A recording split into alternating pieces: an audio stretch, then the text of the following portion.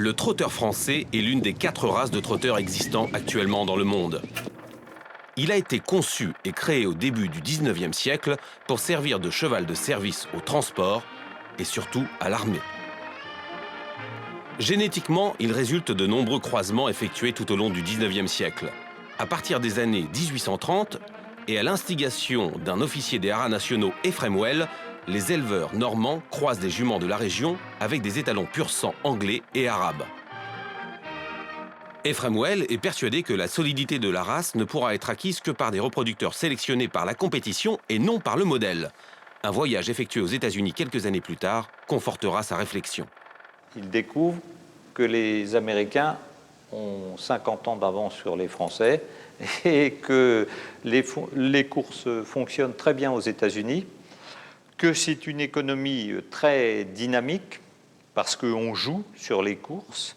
Et puis, en même temps, on a développé un cheval qui est à 2 fins. C'est-à-dire que dans la semaine, le cheval est un cheval de service qui permet à ses propriétaires de se déplacer. Et le dimanche, les mêmes propriétaires s'amusent à faire des courses. Et Ephraim Well constate qu'en 50 ans, la race trotteur américain est déjà fixée. Si vous voulez, il y a une mentalité du trotteur, du cheval trotteur, qui répète dans sa génétique le trot. Progressivement en France, plusieurs mélanges de sang Norfolk, Orloff et Standardbred sont combinés pour apporter de la vitesse aux chevaux. Le trotteur français actuel ne voit donc vraiment le jour qu'au début des années 1900. En 1907, Louis Cauchois fait paraître le premier tome du Studbook trotteur français, un livre généalogique. 30 ans plus tard, ce Studbook est fermé. De grands champions populaires tels que Gélinotte ou Ourasi ont forgé la légende du trot et ont fait de la race du trotteur français un produit de qualité.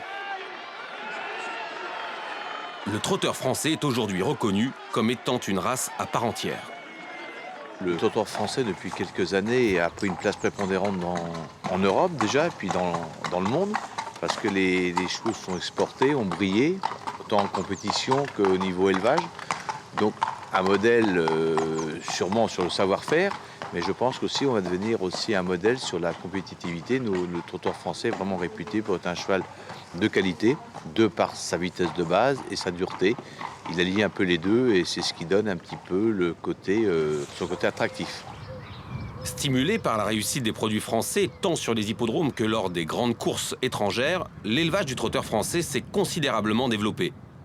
Il est aujourd'hui le plus important d'Europe.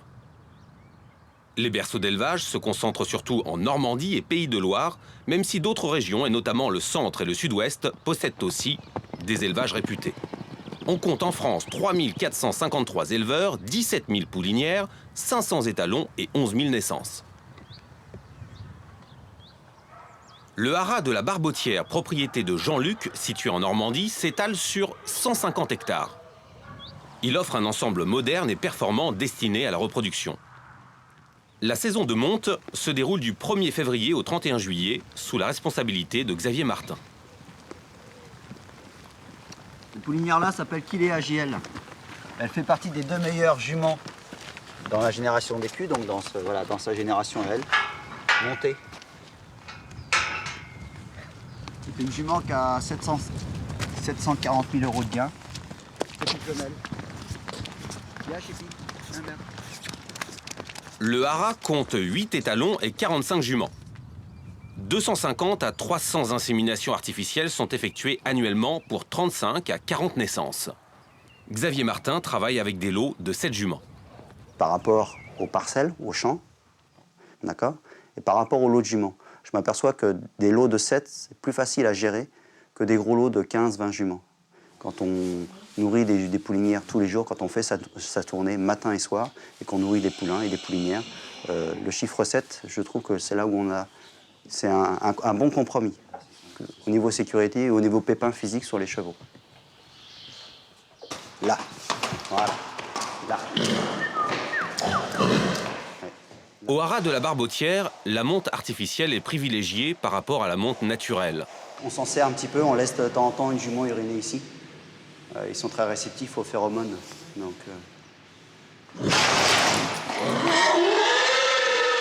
C'est une barrière sanitaire plus importante pour les maladies sexuellement transmissibles. C'est aussi une façon de soulager les étalons physiquement qui continuent leur carrière sportive à l'instar de Rombaldi. Outre celui de participer à la reproduction de la race, le rôle de Xavier Martin est aussi d'amener un cheval à son entraîneur Jean-Luc Dersoir dans les meilleures conditions pour en faire un futur champion. Mais ce n'est pas le seul objectif. L'objectif pour nous, c'est quand même de sortir des étalons. Je parle de l'élevage, c'est de sortir un bon cheval de course, évidemment. Mais derrière, on pense toujours à une éventuelle carrière d'étalon. Et du coup, c'est de valoriser nos jeunes chevaux, surtout s'ils sont issus de nos étalons. Donc des produits maison, entre guillemets.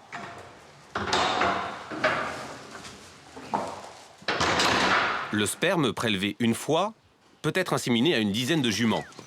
Les structures du haras de la Barbotière sont conçues selon les critères les plus récents et reçoivent les poulinières dans les meilleures conditions. Un laboratoire, des stalles d'insémination, une stalle de monte, la présence systématique d'un vétérinaire assurent le bon déroulement des saillies. Catherine Genin, spécialisée en gynécologie, réalise aussi les échographies. Celui-là, il a 36 jours. Ça, c'est l'embryon. Et si vous regardez au milieu, vous voyez le cœur qui bat. Là, on le voit bien. Et voilà. Donc, elle est pleine. 13. Nous sommes en avril, Xavier Martin est satisfait, 13 juments sont déjà pleines. Tous les poulains sont obligatoirement identifiés avant leur sevrage par la pose d'une puce dotée d'un numéro d'identification. Voilà. Et c'est lui-là. Donc une fois que le cheval a la puce, on ne peut pas le trouver dans son encolure. Et puis voilà son numéro à vie. Non, viens par là. Ouais. Non, tu viens là. Voilà. Le puçage de l'animal complète le relevé de signalement et renforce la protection contre les fraudes et les vols. Les contrôles d'identité sont aussi facilités par simple lecture électronique. Xavier Martin et son équipe sont près des poulains. Ils vivent avec eux dans les box pour minimiser au maximum le stress. Je sais bien que t'es pas content. Plus on fait les choses en douceur, mieux ça se passe, que ce soit pour le cheval ou pour l'homme. S'appuyant sur un élevage de qualité et un véritable savoir-faire, le trotteur français prouve qu'il compte parmi l'élite mondiale. Il représente un avenir hippique et économique pour la France, mais aussi pour d'autres pays du monde entier. Si d'autres pays se lancent dans l'élevage du trotteur, forcément, ils vont participer à leur niveau à l'amélioration de la race et à l'évolution de la race. Et on fait vivre la passion du cheval. Aujourd'hui, avec ses 450 chevaux exportés, 170 naissances et 120 saillies trotteurs français sont enregistrés hors de France. Dans le cadre du développement de la race à l'international, le cheval français propose aux fédérations étrangères intéressées la signature d'une convention de production conforme au règlement du Studbook qui régit l'élevage. En 2012, l'Autriche est le 18e pays à signer cette convention avec des droits et des devoirs. Alors le droit, c'est de pouvoir courir toutes les courses françaises. Et les devoirs, c'est de ne faire de l'élevage que par sperme non transporté, interdiction du sperme congelé, c'est-à-dire qu'on peut faire soit de la monte naturelle, soit du sperme frais. Cette étape signifie que nous pénétrons un marché important, le marché français, le marché du trotteur français. D'un côté, les éleveurs autrichiens auront la chance d'élever au même titre que leurs homologues français des chevaux trotteurs français. D'un autre côté, pour les courses autrichiennes, il s'agit d'une opportunité d'intégrer dans le Studbook le marché français et de proposer nos courses aux clients du PMU. C'est important pour le développement économique du sport hippique en Autriche.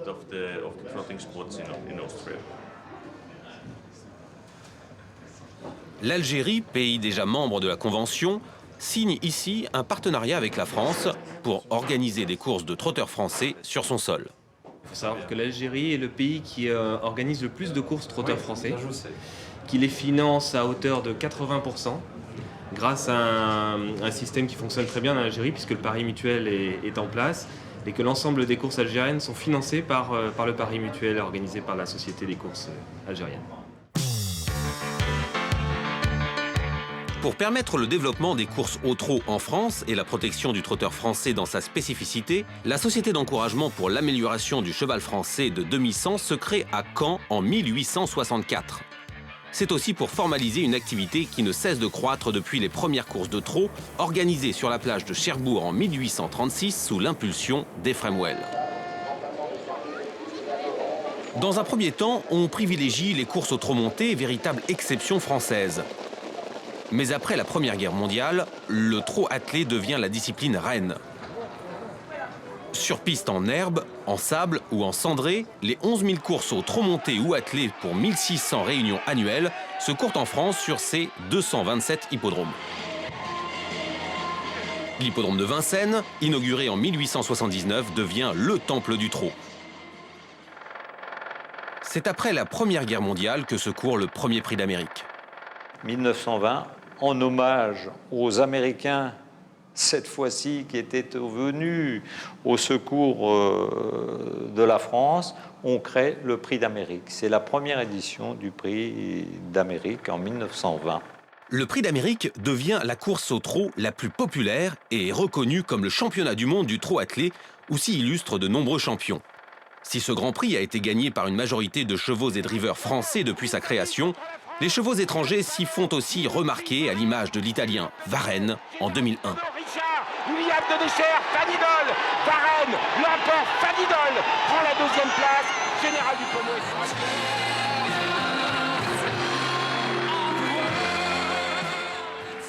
En 1995, c'est la jument suédoise Ina Scott qui gagne le prix d'Amérique, menée par l'unique femme à avoir remporté cette course mythique, la suédoise Ellen Johansson. Le prix d'Amérique, c'est presque les rêves pour tout le monde dans la trot, une fois gagné le prix d'Amérique.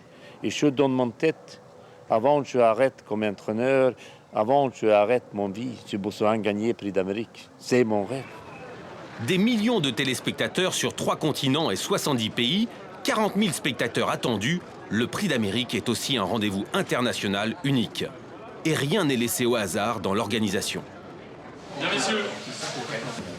Les allures, vous le savez, et je le dis surtout pour nos amis étrangers, 5 foulées de traquenard au maximum, ou d'allure irrégulière, et pas de foulée de galop. Pour que cet événement mondial reste une fête, les meilleurs drivers sont attentifs aux dernières recommandations. Je pense que c'est très important. On n'a qu'un seul objectif aujourd'hui, à l'issue du prix d'Amérique, c'est de sacrer le meilleur cheval. Merci beaucoup d'être venu. Merci. La tension monte.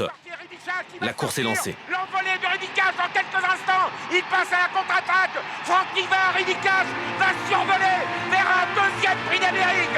Prix d'Amérique, puissance 2, Ridicache. Franck Nivard, Roxane Griff est deuxième. Sébastien Lavric est troisième. C'est Franck Nivard, l'un des meilleurs drivers français qui gagne ce prix d'Amérique 2012 aux commandes de Ridicache. La veille du prix d'Amérique, le cheval est fêté sous toutes ses formes dans le temple parisien du trot. Un village international est installé dans le grand hall. Chacun peut trouver les meilleurs produits nationaux et les meilleurs équipements français et étrangers dans une ambiance festive.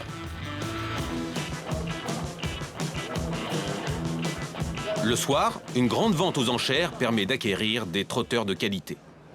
Fils de buffetier de nous, performeur régulier, gagnant à Vincennes à 3 ans, 5500, 5500 GA, 5500 Dominique. Les chevaux sont présentés dans un catalogue qui détaille les meilleurs éléments de leur pédigré. Les investisseurs étrangers provenant des grands pays du trot européen sont aussi présents, reconnaissant ainsi les qualités propres de la production trotteur français. 5500... C'est une vente à caractère unique, une vente mixte, 3 volets avec un caractère élevage, n'est dans aucun autre pays européen organisé. Il s'agit bien seulement en France que nous le faisons. Et nous essayons de profiter le plus possible de l'impact d'une telle compétition.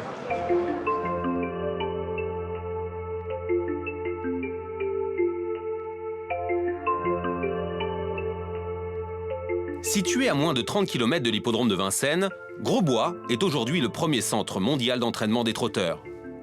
Les 412 hectares du domaine permettent de recevoir plus de 1500 chevaux, dont s'occupent environ 600 personnes. 40 km d'allées cavalières, dont 23 en forêt, 4 pistes à la surface et aux profils différents. C'est dans ce cadre prestigieux que les plus privilégiés achèvent leur préparation au Grand Prix d'Amérique, épreuve vedette de Vincennes. Mais le domaine de Grosbois n'est pas un simple outil de travail. Il se double d'équipements consacrés au cheval de course. La maréchalerie est ouverte toute l'année et elle bat son plein pendant le meeting d'hiver. La sellerie couvre tous les besoins en matériel des professionnels.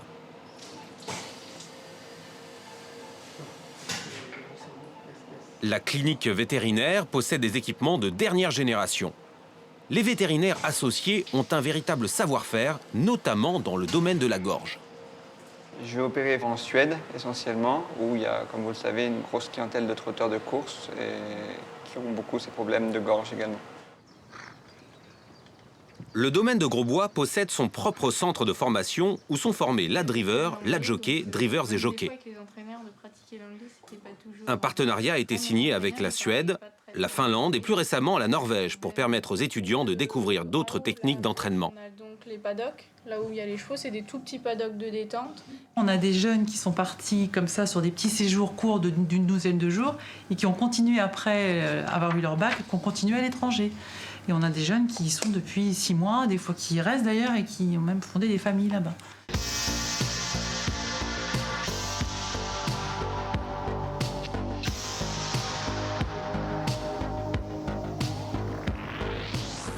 Au centre d'entraînement de Grosbois, le trotteur est roi et rien n'est laissé au hasard pour permettre sa préparation aux courses les plus prestigieuses.